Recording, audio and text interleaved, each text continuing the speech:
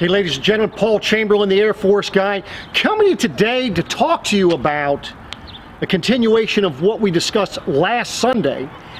Last Sunday we discussed, so you thought you were ready to go camping. Now you have your trailer, you're at the campground, and what you're supposed to be doing. Now before I touch base on this stuff and go over this, I want to let you know today is going to be the first day I have a giveaway.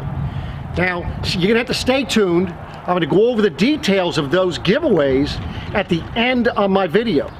So, but let's get on to when you're at your campsite. So, we're going to pretend that this is your campsite and you're backed into it. So let's start.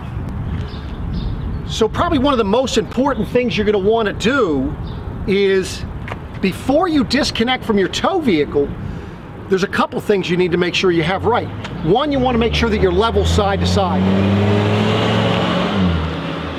Now what you do in order to level it side to side is you're going to have to put something under the tires.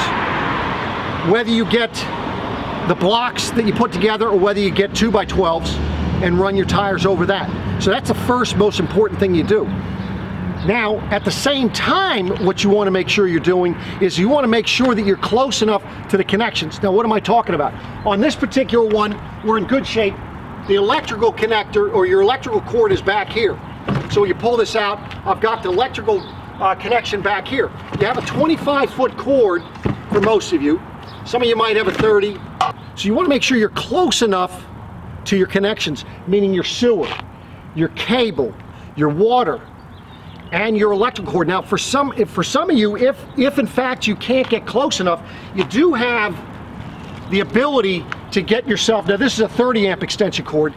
For those of you that have 50 amp, you'd have to get a 50 amp cord. So you do have access to get extension cords on that.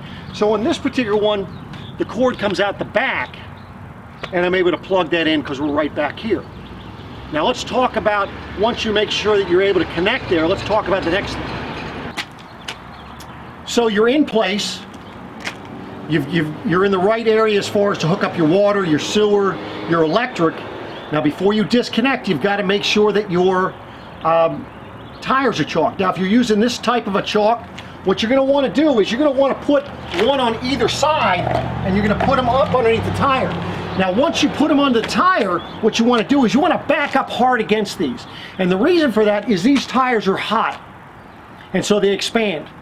And that way there, once you back up hard against it, then you're going to put ones in front of your tires on both sides, and that way there, that will keep you from moving back and forth.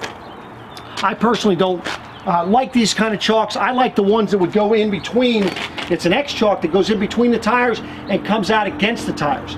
Now when if you do use the X chalks, be sure that you do not over tighten them, but also understand that once the tires cool down, you're going to need to re-tighten them. So now you're chalked, you're level side to side, you're able to, you know, your connections are, so now what you need to do is disconnect from your tow vehicle and you're going to level front to back using your tongue jack. So the next thing you're going to want to do after you have it level front to back is you're going to want to go ahead and put the stabilizers down. Now keep in mind that they are stabilizers. For those of you that have the fifth wheels with the, or some of the travel trailers that have the automatic leveling, that's a different story, but this type of is just a stabilizer. Now most of you are going to have something that look like this to put them down, and you're going to need those. But basically if you want to make life easier for you, go ahead and buy yourself an adapter like this. This is a 3/4 inch socket, and of course use a power screw gun. Now make sure that if you're using a power screw gun that you are not using the impact ones. You want to just use a regular one. Now this is not going to be able to put it down as hard as it wants to go, but at least do the most of the job. The other thing to save you from putting it down all the way is to get yourself some 6x6s. So get yourself something about a foot long, and you want to go ahead and put these under each of your stabilizers. And I also recommend putting one of these under your tongue jack, and that just helps if it's soft, whatever, dirt, gravel, whatever you're putting your stuff down on, it just helps with the base. So what we're going to do is we're going to put this up underneath here. So you put it up underneath here like such, and then you're just going to bring this thing down. You can see how much easier it comes down. Now once it hits here, what you're able to do, if your screw gun won't turn it enough, you can go ahead and turn this 2 or 3 turns. You can put a little bit of weight on it. You just can't put a lot of weight on it. So now you're all set. You just do that on all 4 and you're ready to rock and roll. Okay, so you're backed into your parking spot. You know that you're able to hook up. You got yourself level side to side. You're going to want to hook up your sewer hose and put that in the ground.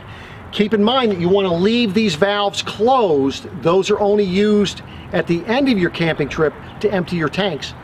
Also, if you brought a cable connection, so you want to watch cable, if you have cable connection, that's when you'd hook it up here as well. And then the last thing you're going to want to do is hook up your water. Now when you're hooking up your water, let me explain to you what you want to do there. Okay, so the spigot at your campsite, the way you want to hook up to that, it's very simple. Take your water pressure regulator, you want to connect that to here first. The next thing when you're going to connect to the water pressure regulator is going to be your inline water filter. And by the way, I'm going to have a link for all this stuff down below for more information on that.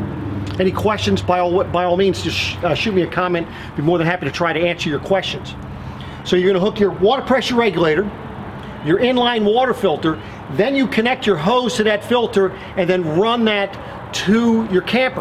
On the camper, I recommend that you connect an L bracket. It's an L coupler, not a bracket, L coupler, and hook your hose to that. And you will find that things will work much, much better for you. Now the last thing to do as far as getting ready to go inside is to go ahead and open your LP bottles.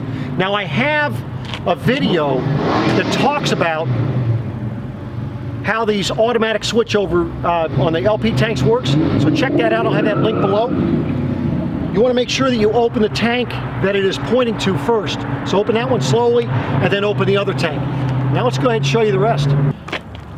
So now we're just about ready to go inside and get ready, but what you want to do is, if you have an awning mat, put that down under the awning, and then we're going to show you how this awning works. And most of them are going to work very similar. So let me show you how. This is a real hard one. You got to push a button. Now some of you are going to have the LED light strips. They'll be either on the RV itself, or they'll be out on the pole after you put it all the way out. Make sure that if you are using the LED lights, if they're up against the wall here, make sure you pull that out just ever so slightly to give it some air. If it's on the tube, make sure it's all the way out so you can actually see that. Now, the next thing you're going to want to do is adjust how your awning is falling here. Now this particular one does have a little bit of slope on it. Now what you want to make sure you do when you're pulling the slope, make sure you're checking where your door is. You don't want your door rubbing on the awning. So check on that. So what you have on this particular one is you have this, you loosen this and it's just going to pull down a little bit. Keep it off the door, and then what you do is you go on the back side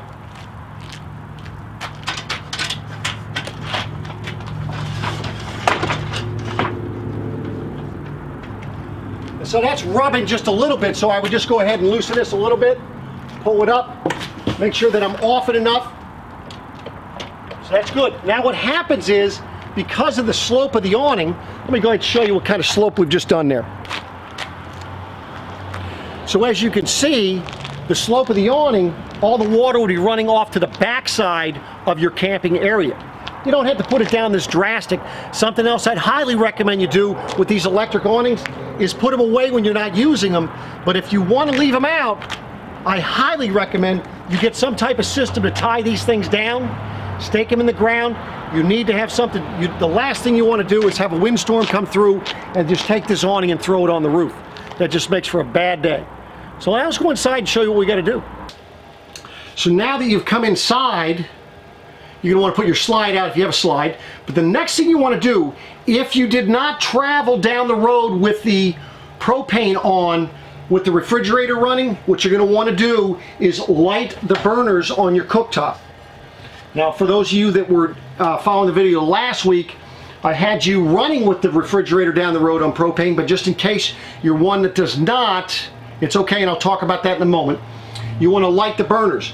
because the lines on the LP are going to be full of air, and so it's going to take a little bit. Now, most of you will have a striker on your stovetop for you to do it, but sometimes it takes forever to bleed through, so I highly recommend you have one of these trusty little lighters. And start in the back when you're lighting this, and you just light all 3 burners,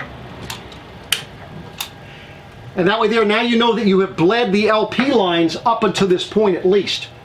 Now, for those of you that have an outside kitchen or an outside grill, which this one does have an outside connection port, that would even be a better place for you to go ahead and bleed the system through, because that would be past your refrigerator. It's going to be past the furniture and so the furnace and so forth, the water heater.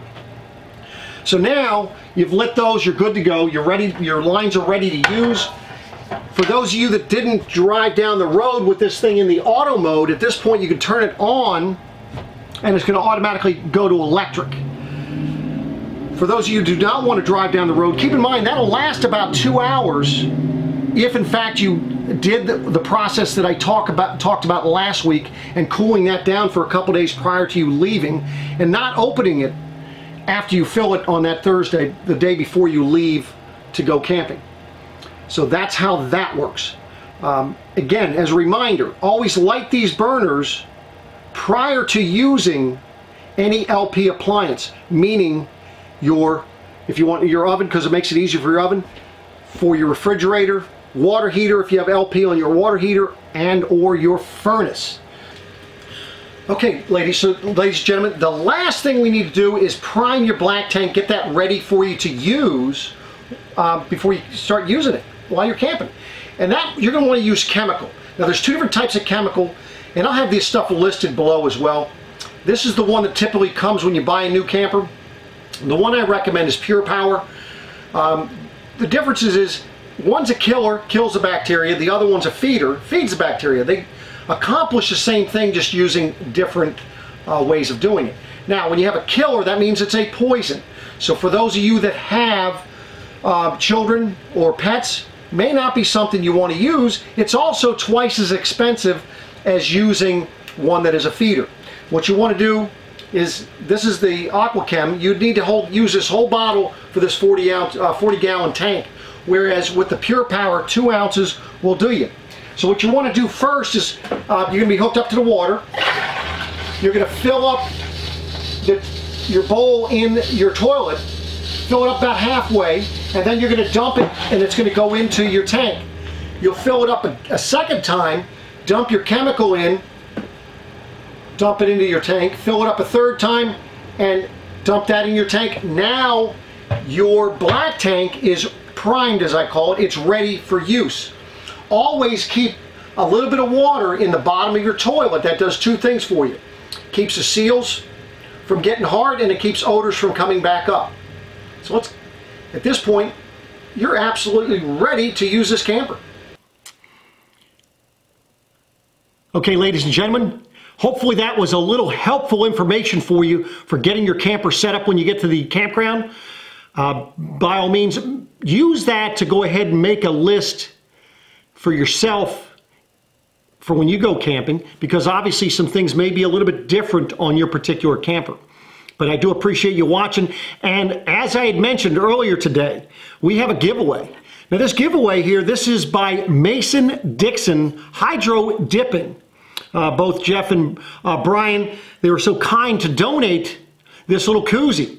Now, because this koozie is empty, as you can see, I'm also including a $25 gift card, so that way there you can get the beverage of your choice to use this koozie in. This would be a great addition to your camping accessories. For more information I'm going to have as far as for the Mason-Dixon Hydro Dipping, I will have their link to their Facebook page down below. But I appreciate you watching. If there's a particular topic that you would like me to cover, or a particular product that you would like me to go ahead and look at, by all means, just hit me up and we can see what we can work out. And by the way, for this drawing, there are 3 things that you need to do. 1, you need to like the video, you need to share the video, and you need to subscribe to my YouTube channel.